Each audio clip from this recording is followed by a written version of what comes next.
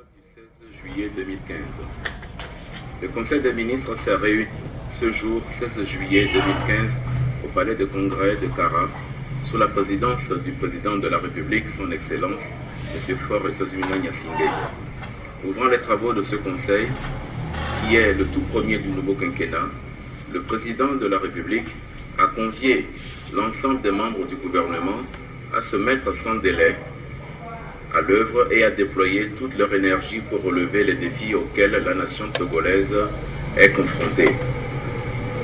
Il les a exhortés à donner le meilleur d'eux-mêmes pour apporter chaque jour des réponses concrètes aux préoccupations de nos concitoyens qui aspirent légitimement à mieux être dans tous les secteurs de la vie économique et sociale.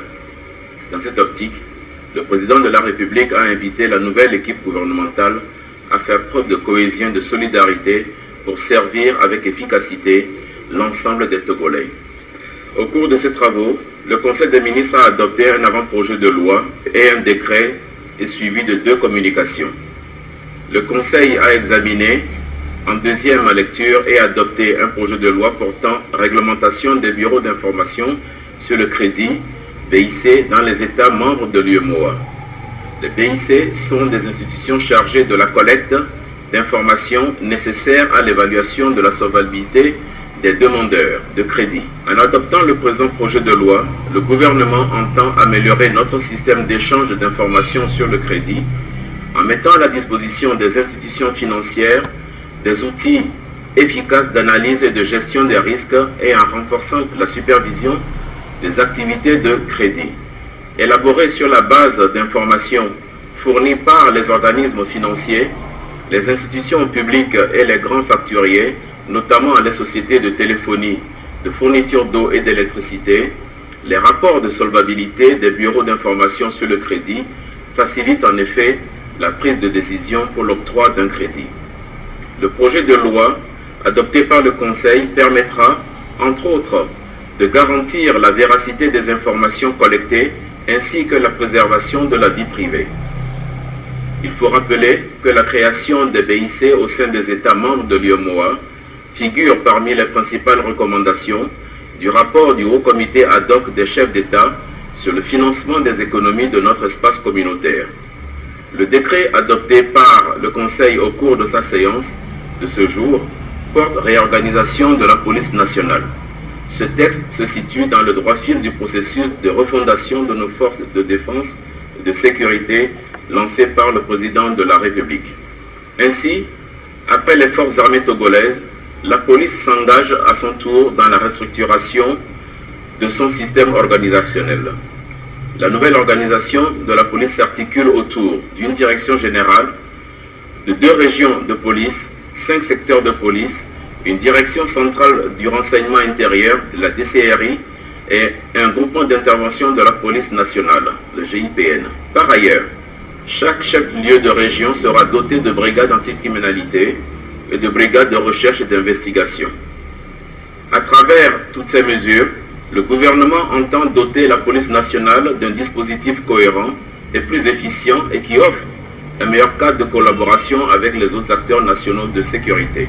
La première communication présentée au Conseil de ce jour est relative à l'évolution des travaux d'élaboration du Code foncier et la préparation de l'atelier national de validation de ce nouvel outil juridique. Il ressort de ce compte-rendu que l'avant-projet du Code foncier a été amendé par la société civile et les professionnels du foncier au cours des ateliers régionaux et des réunions techniques sectorielles. Le Conseil des ministres a demandé au ministre de l'Urbanisme, de l'Habitat et du Cadre de vie de préciser les enjeux et d'indiquer les apports de ce nouveau code dans la problématique foncière au Togo. La deuxième communication suivie par le Conseil des ministres a été consacrée à la carte universitaire du Togo 2014-2025. L'objectif de cette communication est de présenter les conclusions de l'atelier de validation de la carte universitaire organisé en novembre 2014. Le Conseil des ministres a demandé au ministre de l'Enseignement supérieur et de la Recherche qu'une étude de faisabilité tenant compte d'un cadre incitatif soit réalisée et permette également au secteur privé d'être intéressé.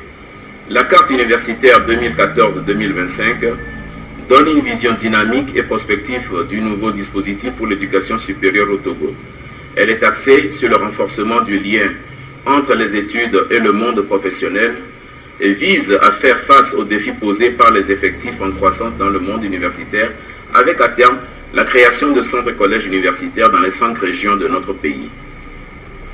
Dans les divers, le président de la République a saisi l'occasion de ce premier conseil des ministres pour réitérer sa profonde compassion aux familles endeuillées par les récents drames survenus dans les usines de Wassem à Tabigo et de la SNPT à Hautoué. Il a donné des instructions pour l'accélération des enquêtes diligentées afin de situer toutes les responsabilités.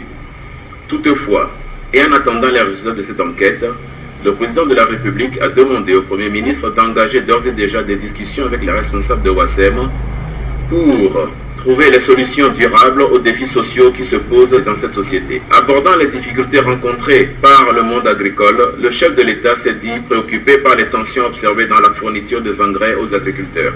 Il a exhorté les acteurs du monde rural et le ministre à prendre les dispositions nécessaires pour que les engrais parviennent à leurs destinataires. Enfin, le président de la République a félicité tous les responsables du monde scolaire qui se sont impliqués pour la bonne tenue des examens de fin d'année, couronnés dans l'ensemble par un taux de réussite satisfaisant. Il a saisi l'occasion pour saluer le sens civique et citoyen des responsables syndicaux qui ont pris les dispositions au niveau de leur base pour accompagner le bon déroulement des examens de fin d'année. Fait à Kara, le 16 juillet 2015, le Conseil des ministres.